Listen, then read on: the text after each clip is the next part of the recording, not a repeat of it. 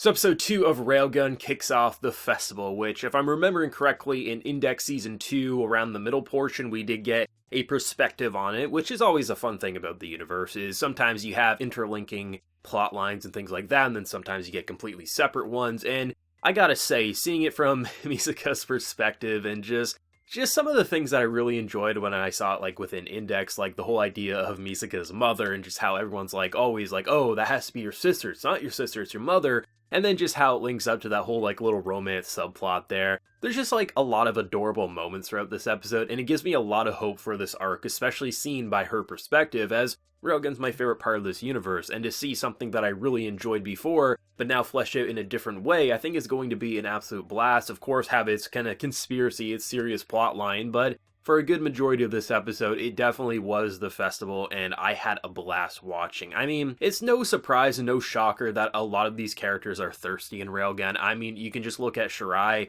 and just everything about Misaka and her's relationship is beyond thirst levels that should be legal. However, the way they incorporated it into this episode was pretty damn funny, I have to say. I mean, most of this episode was literally a three-legged race, but it was pretty badass, because the idea of Railgun and just how they explore powers is always really cool, and I thought it was actually pretty interesting to see the idea of this race and how basically there was obviously rules and guidelines what you can do and can't do, but you can use your abilities in certain ways as long as it doesn't break the rules. And to just see how, like, the teams were kind of built and would combine their powers, like, right off the start, you have one who basically breaks down the concrete there and just allows for them to just attach it to other people with the whole teamwork and just rope them together, so you get that head start. Then you get thirsty hamsters, and then by the end of the race, you see kind of this combination of making your feet very slick, so you can basically skate to the finish line and then propel yourself with fire to make basically a jet. Like, it's actually pretty interesting to see how, even though they're pretty basic school activities, you have any sort of sporting day at your school, you're gonna have things like that, a three-legged race or, you know, tug of war, things like that.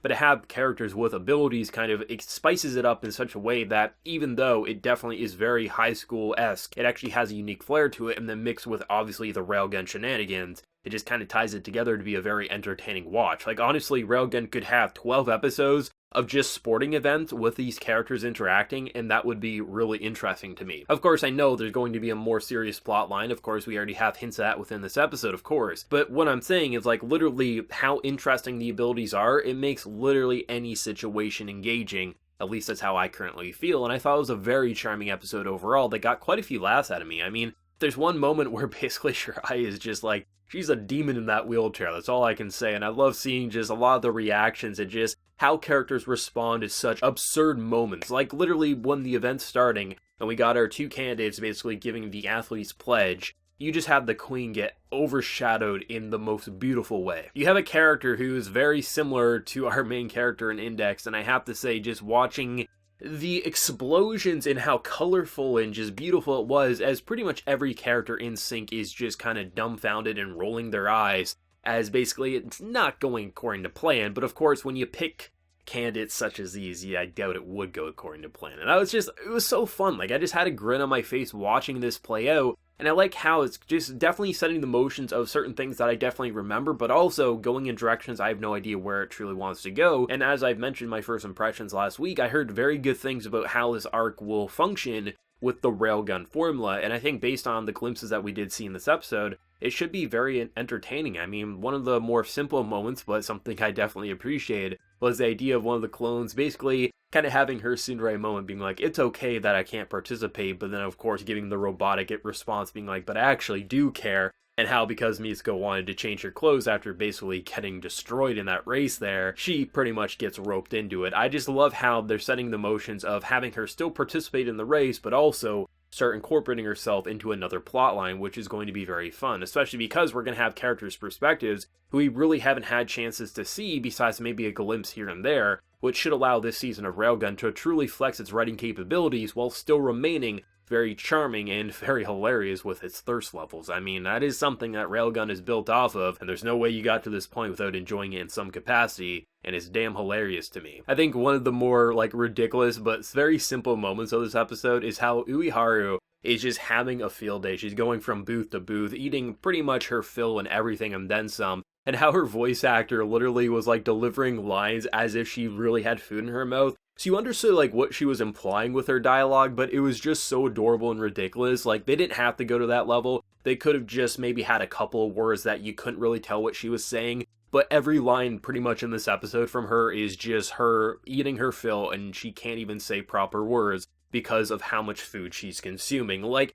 those are the little things that make an episode what it is for Railgun, and I love how literally this was a three-legged race, and it's basically the main plot of this episode. Of course, you had the Athlete's Pledge, but most of this episode was literally just that race, and then of course setting up for the next event and kind of setting up the more serious plot line. But when you combined all the little moments, whether it be Misaka's mother, or then you have like the adorable food, and then you got of course our girl Shirai, and just being very envious of being like, if I hadn't been wounded, that could have been me up there. It's like there's so many ways for this episode to just have a memorable moment for being so basic, very simple, but when you combined all those moments together with all the characters and reactions, it really does become something that feels so Railgun and so damn enjoyable. Like, this is like what I've always appreciated about Railgun, is its enjoyment factor. Like, I've always appreciated the overall like scientific angle, so like when you get into battles, or even in this case a three-legged race, the way the powers are explored is more interesting to me than the whole like index side, which I did enjoy, but not to the same degree that I have enjoyed Railgun.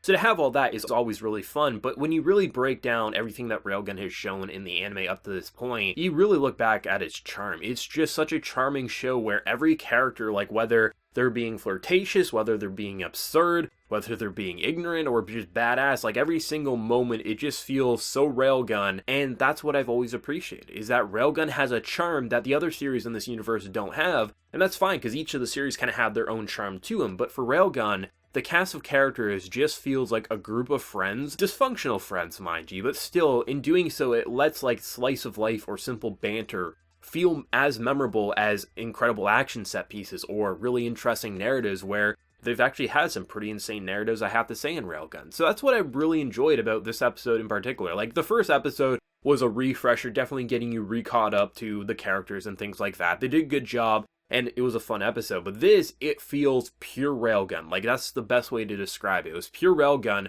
where you're like, okay, probably in like 3 episodes we'll have more of a serious plot line, you know, we'll really have the momentum going. It really shows what it wants to say with the story of the season, but it's okay to just have races or have these like little cute moments. It's all good. Like, that's kind of what Railgun is built off of, and that's why I've enjoyed it, and why when they basically announced how they're doing an Index Season 3, they're going to do a Accelerator anime, they're going to do Railgun Season 3, like, this was my most anticipated, because everything about this cast of characters is great. Like, I don't have a character in this show that I don't like in some way. Like, obviously there's characters I have more of a memorable opinion of than others, but when you look at like the central cast with San, Uiharu, you have Shirai, Misaka, and you have basically, you know, who's going to be the main focus, like with the Queen and things like that of this season, every character has a memorable quirk to them, and then when they get implemented into more serious situations, they're equally memorable even if they're not in the front lines of the battle. Like, you can look at like Uiharu in previous seasons, things like that. Even though she's not usually in the front lines,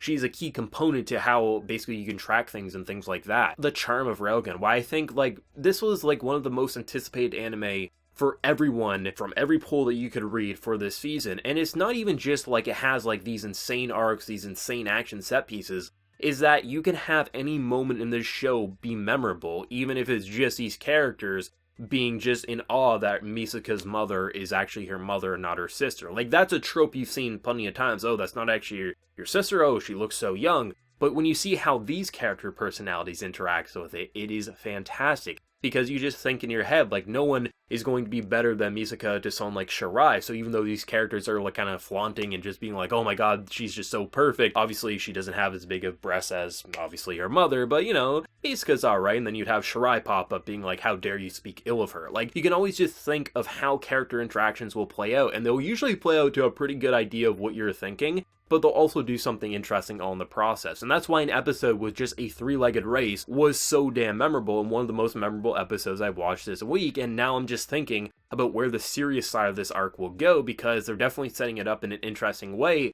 And now that Misaka is a little more separated from the events, she can now be incorporated into some more character-driven arcs, and I'm very excited for that. I think it was a very charming episode. It was funny, and goddamn it was it thirsty, but I can't say I'm complaining. I definitely love the look and appeal that this arc has going for it, because there's just always something happening, and when it gets serious, all that's going to come crumbling down, that happiness and loving nature that everyone, they're having their family fun time, and then something crazy will happen, a building will collapse, or there's just so many ways for that fun aesthetic to just come crumbling down. And there's just something about festivals and just kind of like these events that Railgun has going for it that applied to an anime setting, they just always come alive in such a beautiful way that it just leaves a grin on my face. I can just pause the episode pretty much anywhere and it just looks fun to me. And I think that it definitely goes hand in hand with Railgun's aesthetic. It has a very fun charm to it. Its character designs always pop out. Its background work is always very well detailed. I think a lot of people, they kind of focus in on like the Railgun power or just the powers in general, but it is the more simplistic details that kind of tie an episode like this together to really give it a flair that feels comfy and fun, but also, it can't always last. What did everyone think of this week's episode of Railgun, either for source material readers or anime originals like myself? Let me know your thoughts down in the comment section below. If you enjoyed the video, be sure to drop a like, and remember to hit that subscribe button if you happen to be new around here. So until next time, everyone, please take care and have a good one.